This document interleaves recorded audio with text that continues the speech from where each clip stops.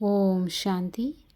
2 फरवरी 1969 बाबा के अव्यक्त मधुर महावाक्य। मुरली का टाइटल है अव्यक्त मिलन के अनुभव की विधि। बाबा कहे, प्रेम स्वरूप बच्चे, ज्ञान सहित प्रेम जो होता है वही यथार्थ प्रेम होता है। आप सभी का प्रेम रस बाप दादा को भी खींच लाता है। सभी बच्चों के दिल के अंदर एक आशा दिखाई दे रही है। वह कौन सी?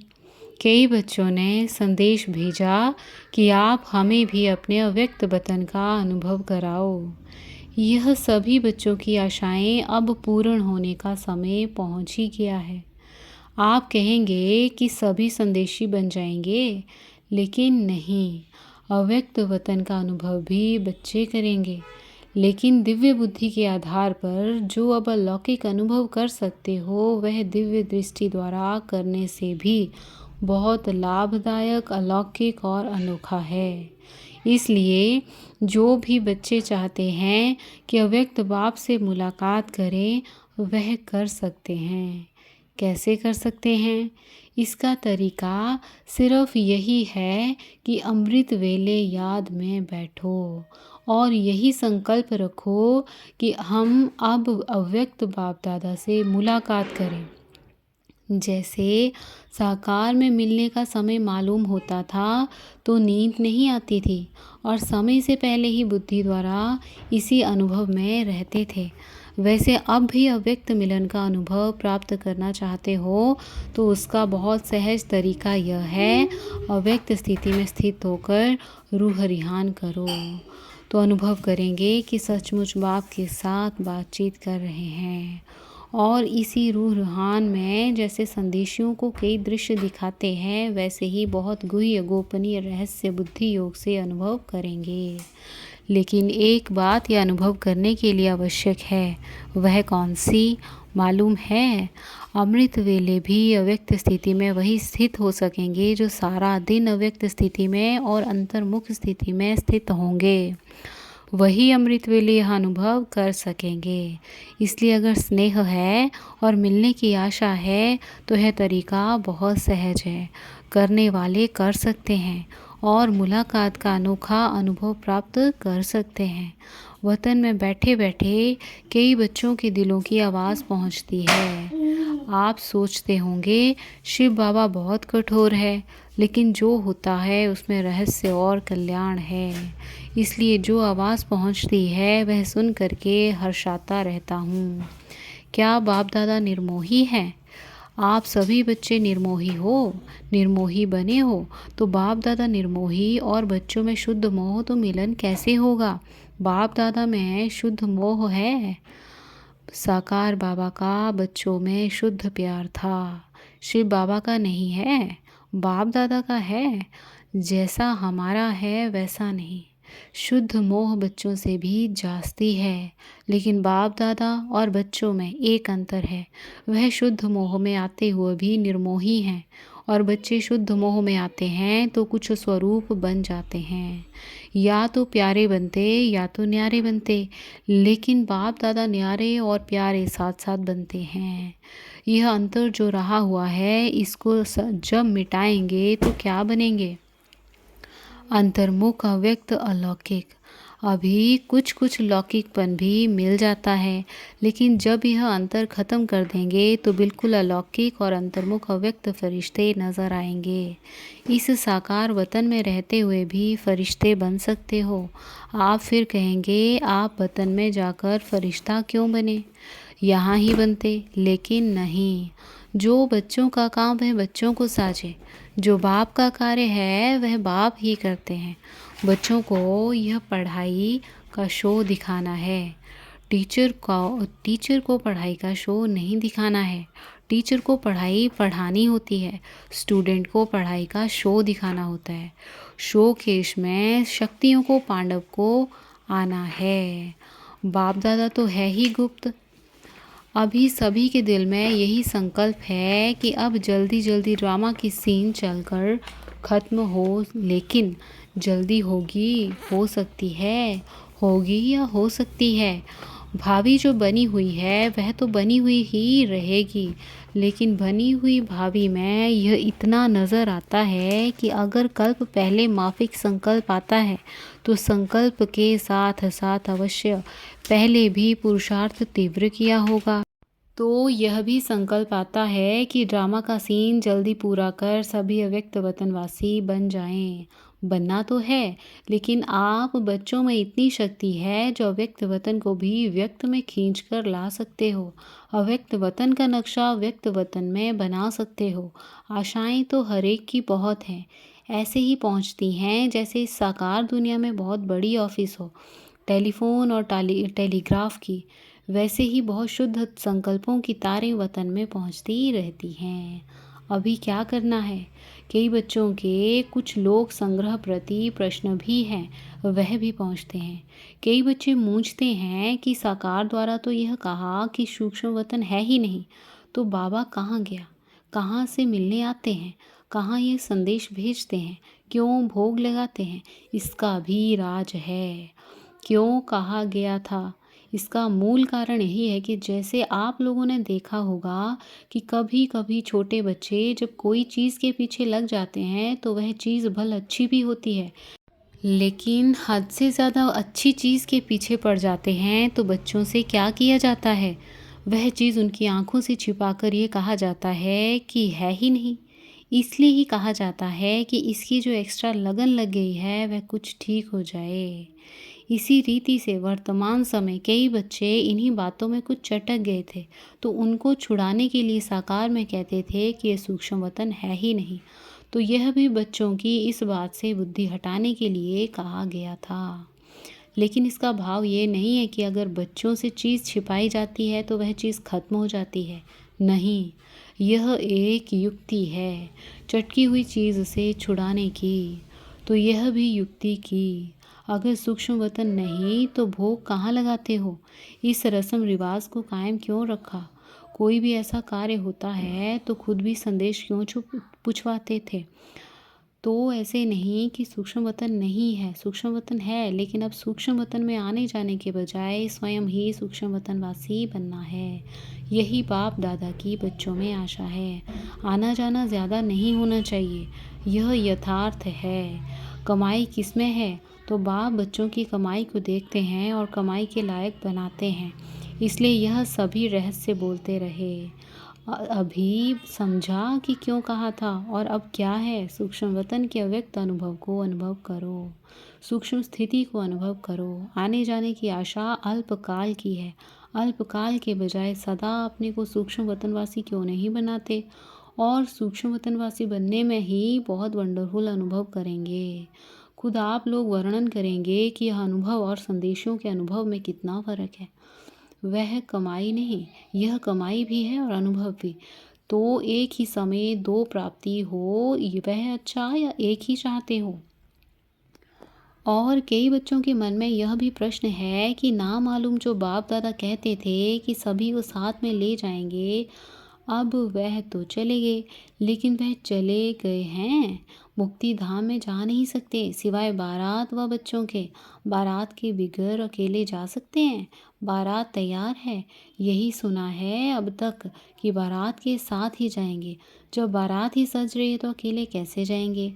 अभी तो सूक्ष्म वतन में ही अव्यक्त रूप से स्थापना का कार्य चलता रहेगा। जब तक स्थापना का कार्य समाप्त नहीं हुआ है तब तक बिना कार्य सफल किए हुए घर नहीं लौटेंगे। साथ ही चलेंगे और फिर चलने के बाद क्या करेंगे? मालूम है क्या करेंगे? साथ चलेंगे और साथ रहेंगे और फिर साथ साथ ही सृष्टि पर आएंगे।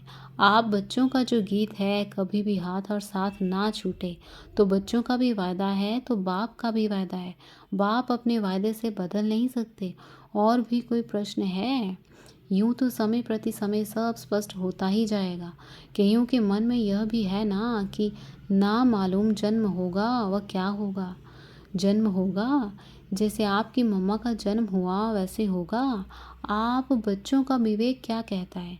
ड्रामा की भाभी को देख सकते हो, थोड़ा थोड़ा देख सकते हो। जब आप लोग अब सबको कहते हो कि हम त्रिकालदर्शी बाप के बच्चे हैं तो आने वाले काल को नहीं जानते हो।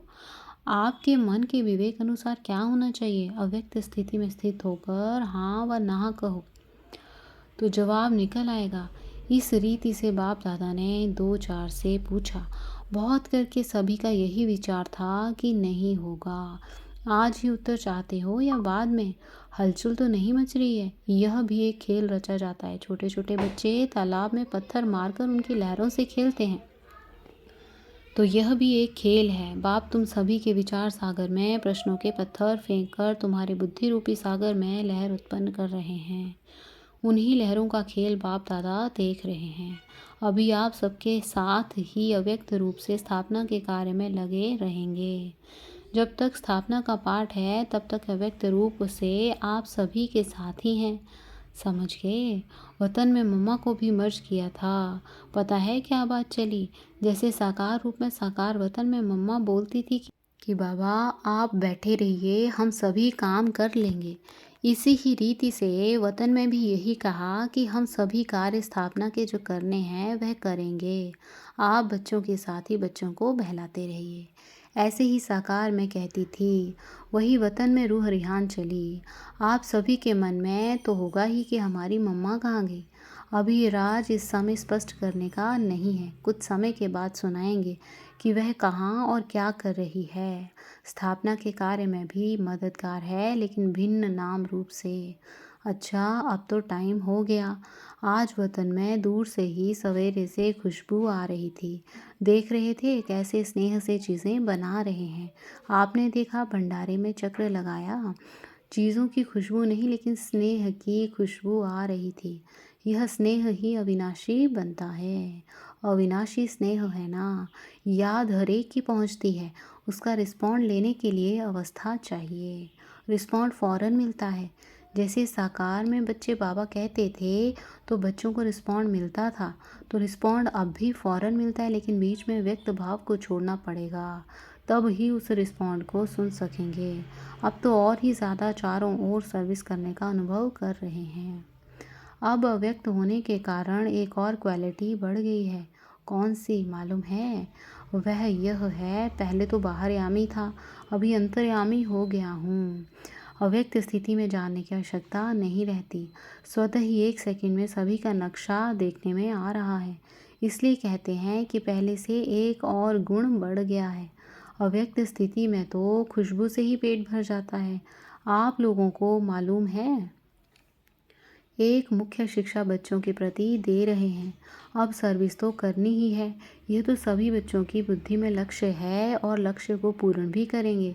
लेकिन इस लक्ष्य को पूर्ण करने के लिए बीच में एक मुख्य विघ्न आएगा। वह कौन सा पता है? मुख्य विघ्न सर्विस में बाधा डालने के लिए कौन सा आएगा? सभी के आगे नहीं, मेजॉरिटी के आगे आएगा। वह कौन सा विघ्न है? पहले से ही बता देते हैं। सर्विस करते करते ये ध्यान रखना कि मैंने यह किया, मैं ही यह कर सकता हूँ। यह मैंपन आना, इसको ही कहा जाता है ज्ञान का अभिमान, बुद्धि का अभिमान, सर्विस का अभिमान। इन रूपों में आगे चलकर विघ्न आएंगे, लेकिन पहले से ही इस मुख्य विघ्न को आने नहीं देना। इसके लिए सदा एक शब्द याद रखना कि मैं निमित्त हूँ।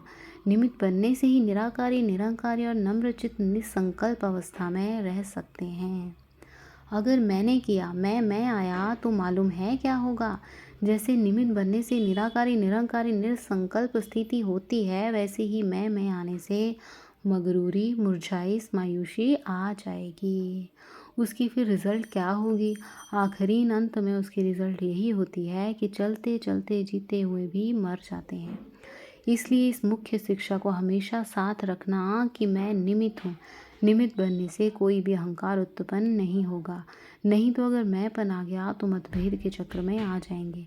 इसलिए इन अनेक व्यर्थ के चक्रों से बचने के लिए सुदर्शन चक्र को याद रखना, क्योंकि जैसे जैसे महारथी बनेंगे वैसे ही माया भी महारथी रूप में आएगी। साकार रूप में अंत तक कर्म करके दिखाया। क्या कर्म करके दिखाया? याद है क्या शिक्षा दी? यही कि निरहंकारी और निर्मानचित होकर एक दो में प्रेम प्यार से चलना है।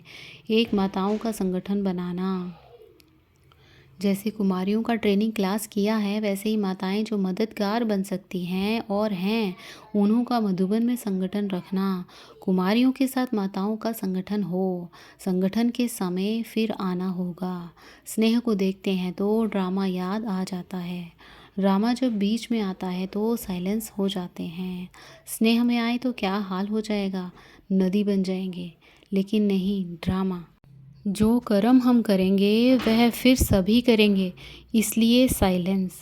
अगर सभी साथ होते तो जो अंतिम कर्मातीत अवस्था का अनुभव था वह ड्रामा प्रमाण और होता, लेकिन था ही ऐसे, इसलिए थोड़े ही सामने थे। सामने होते भी जैसे सामने नहीं थे। स्नेह तो वतन में भी है और रहेगा, अविनाशी है ना। लेकिन जो सुनाया कि स्नेह को ड्रामा साइलेंस में ले आता है और यही साइलेंस शक्ति को लाएगी, फिर वहाँ साकार में मिलन होगा। अभी अव्यक्त रूप में मिलते हैं, फिर साकार रूप में सतयुग में मिलेंगे। वह सीन तो याद आती है ना, खेलेंगे, पाठशाला में आएंगे, मिलेंगे। आप नूरे रत्न सतयुग की सीनरी वतन में देखते रहते हो। जो बाप देखते हैं वह बच्चे भी देखते रहते हैं और देखते जाएंगे। अब तो ज्वाला रूप होना है, आपका ही ज्वाला रूप का यादगार है। पता है ज्वाला देवी भी है, वह कौन है? यह सभी शक्तियों को ज्वाला रूप देवी बनना है। ऐसी ज्वाला प्रज्वलित करनी है जिस ज्वाला में यह कलयुगी संसार जलकर भस्म हो जाएगा। अच्छा, विदाई के समय सभी सेंटर्स के अव्यक्त स्थिति में स्थित हुए नूरे रत्नों को बाप व दादा का अव्यक्त याद प्यार स्वीकार हो। साथ साथ जो इशारा दिया है उसको जल्दी से जल्दी जीवन में लाने का तीव्र पुरुषार्थ करना है। अच्छा, गुड नाइट। सभी शिव शक्तियों और पांडवों प्रति बाप की नमस्ते। हम रूहानी बच्चों की रूहानी बाप दादा को याद प्यार और नमस्ते। शुक्रिया बाबा, शुक्रिया। ओम शांति।